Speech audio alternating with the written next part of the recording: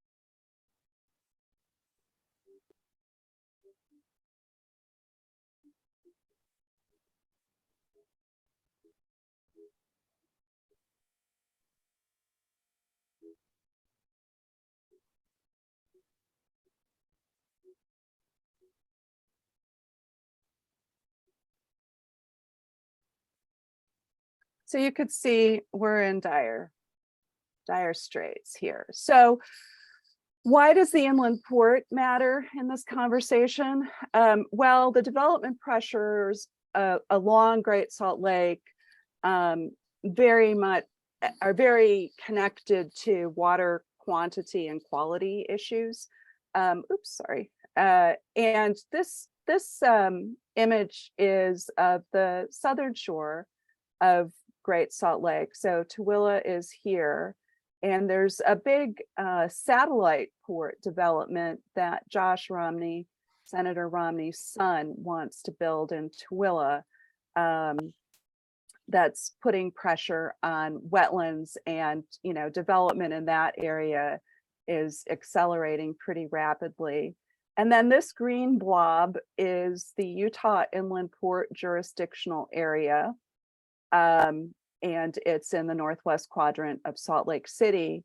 And then the other image I have here is of some of the development pressure that's happening in the North Salt Lake area. So this whole corridor here, oops, keeps doing that, is under development pressure. And the North Salt Lake area, initially they were talking about trying to build houses there.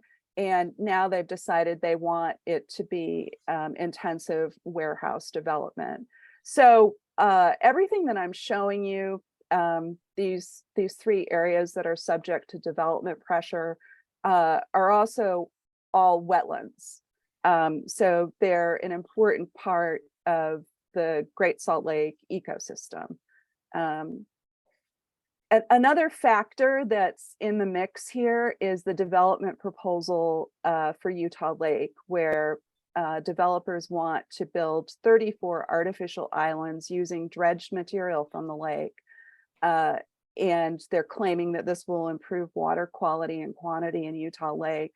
I've been working with some scientists from BYU who are leading an effort to refute that, because all of the scientific evidence shows that that kind of proposal would be devastating for the ecological health of the lake, but it also would be devastating for Great Salt Lake, because Utah Lake, the Jordan River corridor, and Great Salt Lake are all connected. And they're all part of what's called the Pacific Flyway, which is one of the major routes that migratory birds use every year as they make their migration back and forth from South America, in some cases all the way to the Arctic. over 10 million birds a year come through this area, the Utah Lake, Jordan River Valley, Great Salt Lake area, from over 300 species. This is incredibly important just from that perspective. Not, let alone how important it is to us humans that this is a healthy ecosystem. So this is a very detailed map of the Utah Inland Port project area. And you can see, if you can see my cursor moving here, the area abuts wetlands. So these duck clubs are all wetlands. And then over here is the Audubon Society's Gilmore Sanctuary. Here is Kennecott's Inland Sea Shorebird Reserve. Right now, these are being sustained with, so water is artificially supplied to these areas, but that is becoming more difficult as pressure on our water resources increases. And then this area, this striped area, is supposed to be left at, oops, sorry, I have cursor issues, left as a natural area, although right now there's not full protection for this. And some of the developers sometimes say, oh, we could develop that if we want to. It's below the level of the floodplain, but that's kind of becoming not so much an issue anymore since everything's drying up. So just to be perfectly frank, there are some developers who absolutely love it that everything's drying up because they see it as, more land to develop. What they would like to put in this area, so here's the prison. Number one is the prison. This is the undeveloped area that is intended for most of the 152 million square feet of new warehouse space that's being proposed. Over here is the International Center, and then you can see where the airport is. And then there's this buffer zone that's supposed to go around the whole thing, but the developers are already building up and into the buffer zone. And that's because nobody's paying attention to enforce any of this. There's total chaos at the Utah Inland Port Authority. And I could go into that if you're interested. I won't right now. But the ecological harm from this kind of unfettered warehouse development in this area, we feel is potentially huge and has not been fully analyzed. And you could see these green dots around the map are schools. So there are a whole bunch of schools that are immediately adjacent to this area. And then you can see the yellow dots are where the air monitoring facilities are. Okay, I'm going to keep going here. So this is a schematic from the developers, and it's much cleaner than what's happening out there right now, which is like enormous plumes of dust and really disruptive construction. But they basically want a sea of warehouses. And the warehouses will be served by diesel trucks. And diesel trucks are incredibly polluting. So here's the other issue is with regard to, as I've mentioned earlier, water quality and quantity. So this is a detention basin. It is not state of the art at all, as you can see, and it was built into that buffer zone, so it shouldn't even be placed here. But we have enormous concerns about what happens to stormwater runoff. So stormwater runoff is from industrial facilities or light industrial facilities, or even from urban areas, is frequently polluted. And that polluted water is heading right into those wetlands that I just showed you. And the methods that are being used to try and clean the water up are not state of the art at all. So this is a detention basin. The water really flows into here and then into something called the Goggin Drain and then into Great Salt Lake in its polluted state. So then there are also issues about water quantity. And this is a picture of a new bottling plant called Bovev.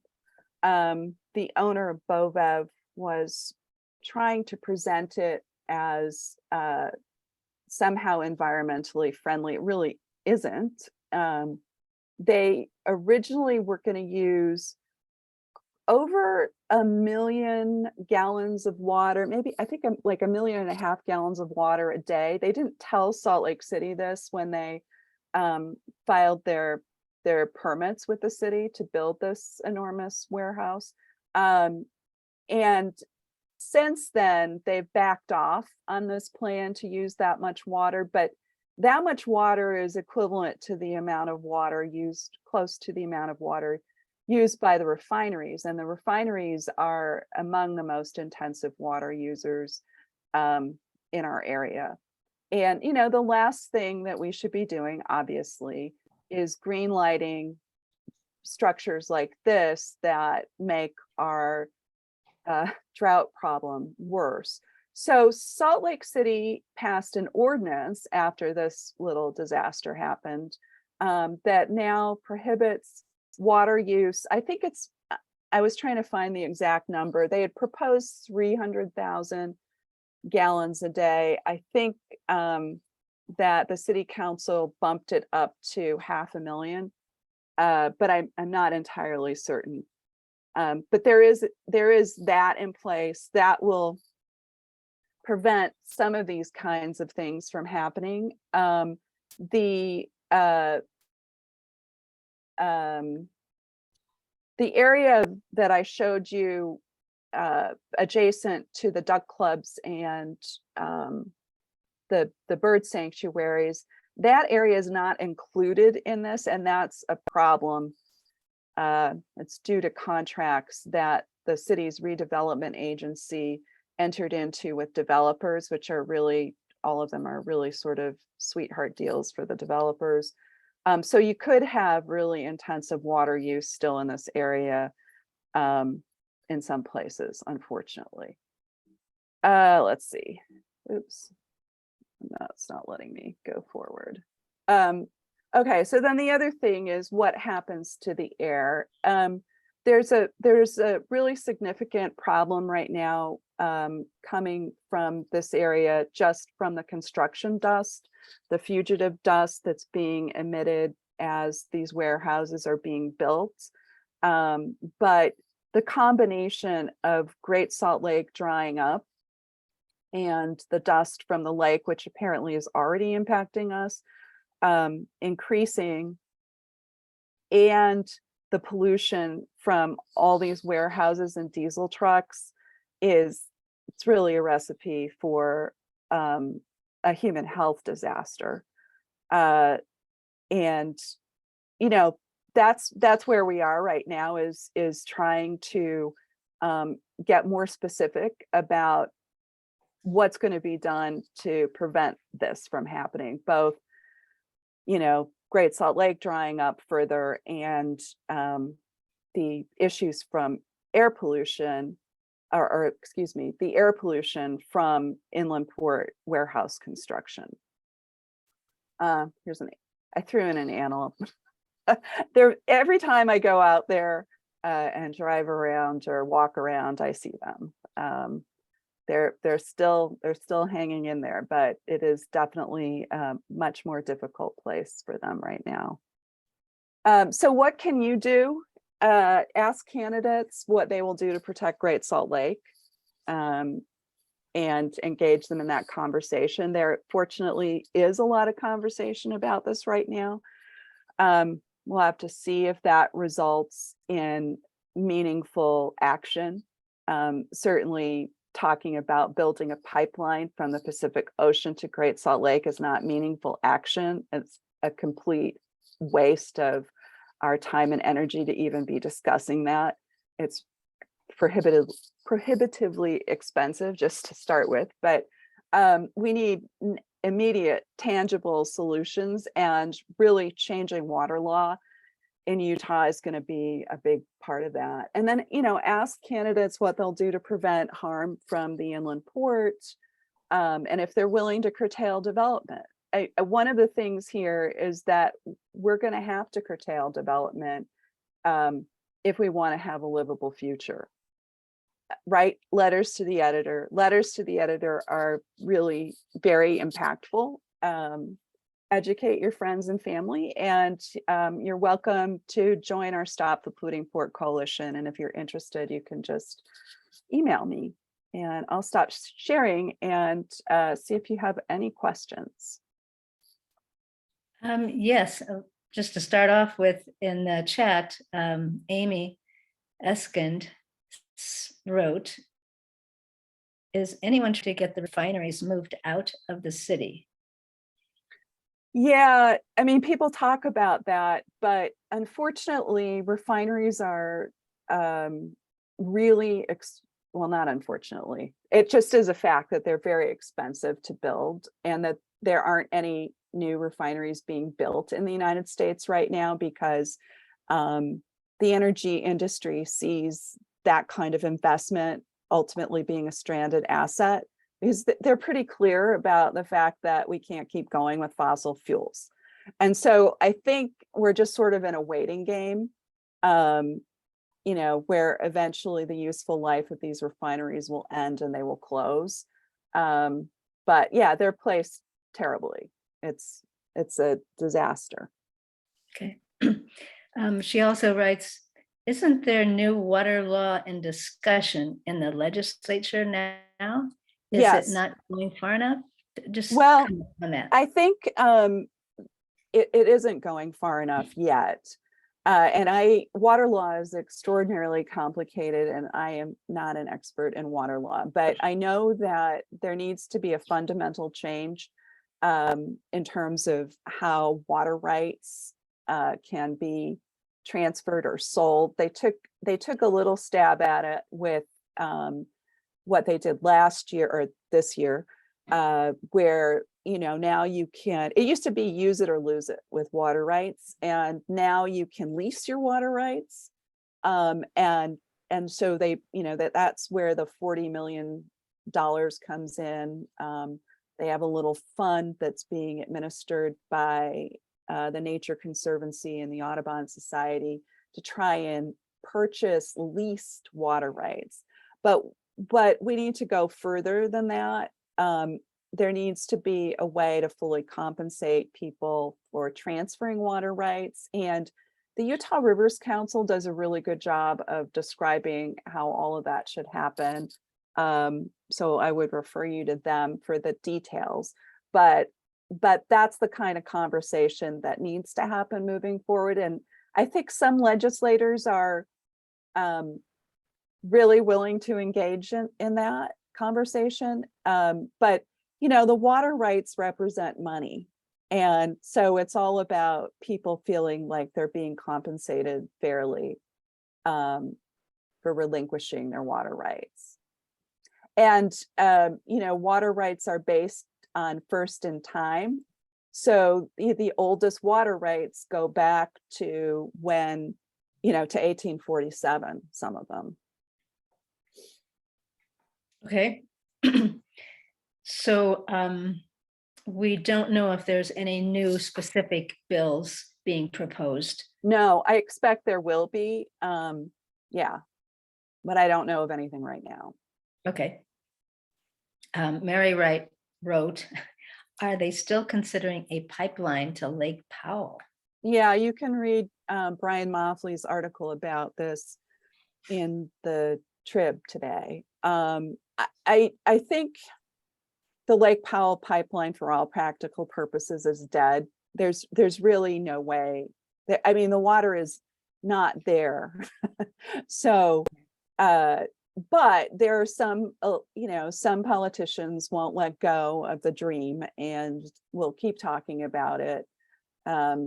into the foreseeable future. But I really don't see how it can ever be built. I don't see how the federal government will ever allow it to be built. And certainly, I'm sure, as many of you know, there are the upper basin states and the lower basin states. So we're in the upper basin with Colorado, Wyoming, New Mexico, Utah. We make up the upper basin. And then the lower basin, where most of the water gets used, is Arizona, California, and Nevada. And then in the mix, Native American tribes have a stake, and they've really been cut out, and Mexico does too. And so all of the other entities in this mix are looking at Utah going, no, you're not building a Lake Powell pipeline. There's a huge fight happening, but yeah, I would bet that money that the Lake Powell pipeline will not be built. Okay. Katie Wright wrote, considering the housing deficit and inability for young people to afford homes, is there a more nuanced approach to advocacy beyond just curtail development, like advocating for more density? Can you comment on that? Well, how we develop is there's a whole organization, Envision Utah, devoted to thinking about smart growth and how we build communities in Utah. Certainly urban planning has lessons for us to learn from, and increased density is one way to go. We just have to be smart about how we do this. And unfortunately, with the Utah legislature, money and making money is a motivator, and they're not, many legislators who are real estate developers aren't particularly interested in any kind of restraint in any way, like even building code issues they're not willing to talk about, because there are more sustainable ways to build that we could be even encouraging, and we're not really doing that. So I guess, the answer is yes, of course. We just have to engage our decision makers in the conversation about, what is the smartest way for us to grow moving forward. And in some instances, that means not doing things, and that has to be a part of the mix too. And this is something to talk to our candidates about too. Yeah, everything that we're talking about now is something to talk to candidates about. Okay. Shirley Wright wrote, I was around for the inland port debacle. How are we supposed to turn the port around once passed? Is it a done deal? No, well, actually, it's not a done deal. I mean, in some ways it is, in some ways it isn't. Like, so every time things like this get proposed in Utah, and be suspicious, because what happened with this was it was really politically motivated. Speaker of the House, Greg Hughes, and the Hartley brothers, they're two lobbyists, one of whom was Greg Hughes's lieutenant, and the other who's just a regular lobbyist, Jeff Hartley and Greg Hartley are their names, were part of a small group of people that were pushing the inland port concept. They had not thought it out at all. You could even ask them, what is an inland port? And you would get like 5 different answers. So what an inland port is has still really not been adequately defined. But what they were thinking was, oh, this is going to make money for us somehow. What we have right now basically is a warehouse district. And I think the question is, how big does it get? How many warehouses are built? That's the question. They're talking about building, for example, the Inland Port Authority is talking about building a transloading facility, and that was supposed to make it a port, an inland port. But actually the business case for that transloading facility isn't very good at all when you dive into the details. And they've been saying that they're going to break ground on this transloading facility now for 9 months, and it hasn't happened. And what we've learned at the Stop the Polluting Port Coalition is that they are in fact running into all kinds of problems. So, you know, there's this thing called the inland port, and there's an inland port authority, but really, as it stands right now, its purpose is to subsidize warehouse development, although the Port Authority hasn't given any money yet to warehouse developers. When you get down to it, the entity that has done the most to enable this warehouse development is Salt Lake City. Salt Lake City entered into 2 sweetheart deals for the developers, Rio Tinto and the Colmena Group, in 2018. And that was before the legislative session. And that was what really made this warehouse development north of I-80 possible. So, so right now, the warehouses would be serviced by diesel trucks. But Yes. the train part of it is non-existent at the moment. Well, it's not non-existent, but it's not ever going to be really very robust. Yeah, this is mostly going to be trucks service warehouse, and that's how it's being built right now. The warehouses that are being built everywhere are just your traditional, typical polluting warehouses serviced by trucks. Okay. Yeah. Okay, another question by Joan Entwistle. Has there been a study of how much water use needs to be conserved in order to restore the health of the Great Salt Lake, which is currently in serious trouble ecologically? Shouldn't we ask any new water user to find the water, i.e. buy water rights from the current users? Well, I'll answer the last part of that question first. So you have to have a source of water before you develop something. And so, for example, in Salt Lake City, though, what happens is as long as you're within this, I don't even know what to call it. So the city has a water budget, so sort of, and as long as you're in compliance, say I'm the developer, I'm going to get a permit. Now, because of the law that they just passed, oh, I said it backwards. Actually, they reduced the amount.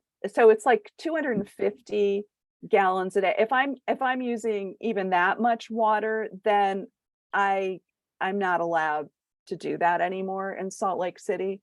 So that's how Salt Lake City has handled it. But yeah, you need to have water somehow. And then with regard to how much water it would take to restore Great Salt Lake, the scientists are sort of wrestling with that question. I've heard as much as 3 million acre feet. So an acre foot of water is the amount of, well, it's enough water to cover 1 acre with 1 foot. It's a lot of water. And so 3 million acre feet is a lot.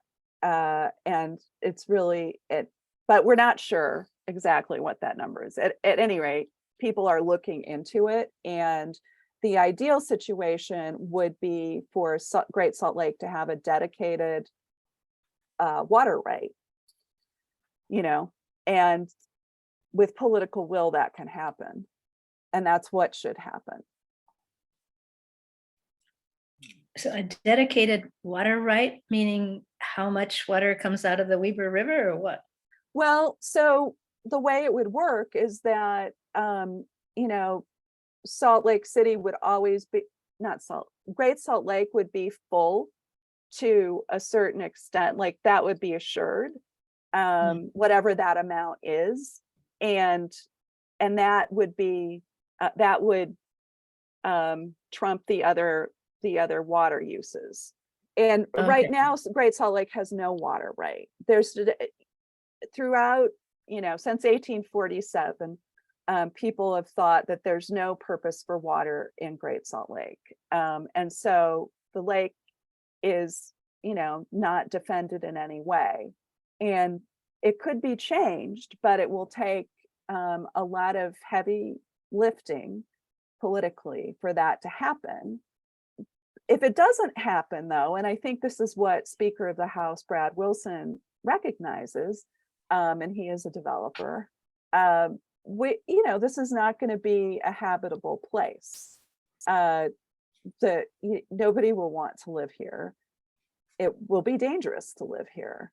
So that's the stark reality that we face right now, is whether this continues to be a place where humans can safely live, or whether this becomes a wasteland where, those of us that can't afford to move, or are old and stubborn, are here and nobody else is. I mean, we live in one of the most beautiful places in the nation. And the decisions that we're making now are going to tell the story for future generations. Yeah. Okay, another one. Amy Mills asks, does the Migratory Bird Act or treaty have any teeth in it? Is that an avenue to pursue to saving the Great Salt Lake? Are there any members of Congress who advocate for this act? I'm not an expert in this, but I know that now that we have the Biden administration, there's more respect given to the Migratory Bird Act. There had been efforts to undermine it, and we're moving back to where it's being enforced, which is good. It's not really a tool for us, I think, with regard to Great Salt, because here's the truth. I mean, I care about birds. You all may care about birds. The legislature does not care about birds. What they care about is human health, and the human health consequences of Great Salt Lake dry. I mean, it's got to, and I work for an organization that's about preserving all life on Earth, and we work on the issues around the Endangered Species Act. And so I'm not looking at human issues so much, but our legislature and our politicians are entirely about people. So our strongest arguments, and the thing that's motivating the Brad Wilsons of the world, revolve around the human health consequences of the lake drying up. Now, the good news is that the human consequences because we are animals, and the animal consequences are all together. So if we're reducing air pollution, that's good for the birds too. But we can't go with the bird first approach, unfortunately. Although I do talk a lot about the birds. Okay, good. Jan Streifel writes, in your mind and those of your colleagues, what is the highest priority action to get water to the Great Salt Lake? Yeah, thanks, Jan. I think that it's what I was talking about earlier, which is making these changes to water law so that water rights can be transferred more efficiently and fairly, and we can get water into the lake that way. That's really what it's going to take, and also prioritizing getting water to the lake. So right now, the scientists that study Great Salt Lake are and officials in state government and the Department of Environmental Quality and the Department of Natural Resources are looking at what are the ways to, how much water, where to have it go first, all of those things. I mean, we are at the point right now, unfortunately, where the ecological health of the lake is hanging by a thread.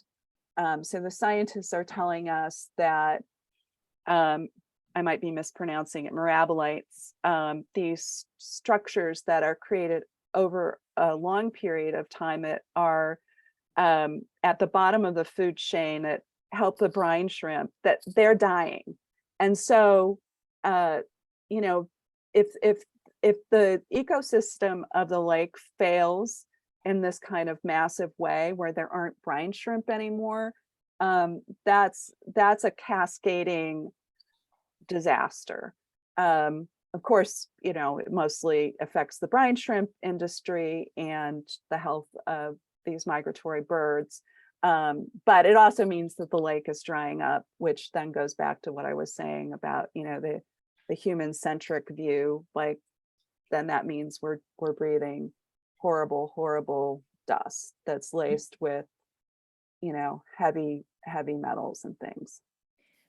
Deeda, that feeds into Martha Olson's question. Since development is about making money, does it make sense to talk about the economic consequences of the Great Salt Lake drying up, especially given that our legislatures don't care about the wildlife?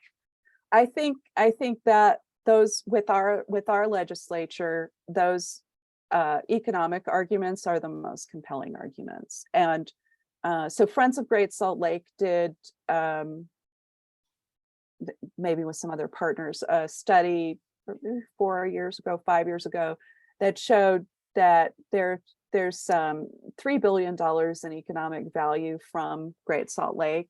This is in terms of the brine shrimp industry, and then, you know, the recreational aspects of the lake, and the mineral production that happens around the lake. And, you know, with the lake drying up, you instantly lose that. But then there's also the set of harm to, you know, human development throughout the Wasatch Front. And what would be interesting is, and I don't know if anyone has done this yet, is to really dive into that. You know, what happens when a population center is inundated regularly with dust? You know, what can we expect in terms of people leaving, development drying up along with the lake, you know, businesses not wanting to locate here, et cetera, and make that case. Right. Zeta Bell wrote, would seeding clouds in the winter months over the Great Salt Lake work? I don't think so, but I am not an expert. So we'd have to talk to people that do that. A weather person. Yeah. Okay, I don't see any more questions in the chat. If anyone wants to hold your hand up, we have 3 more minutes for questions.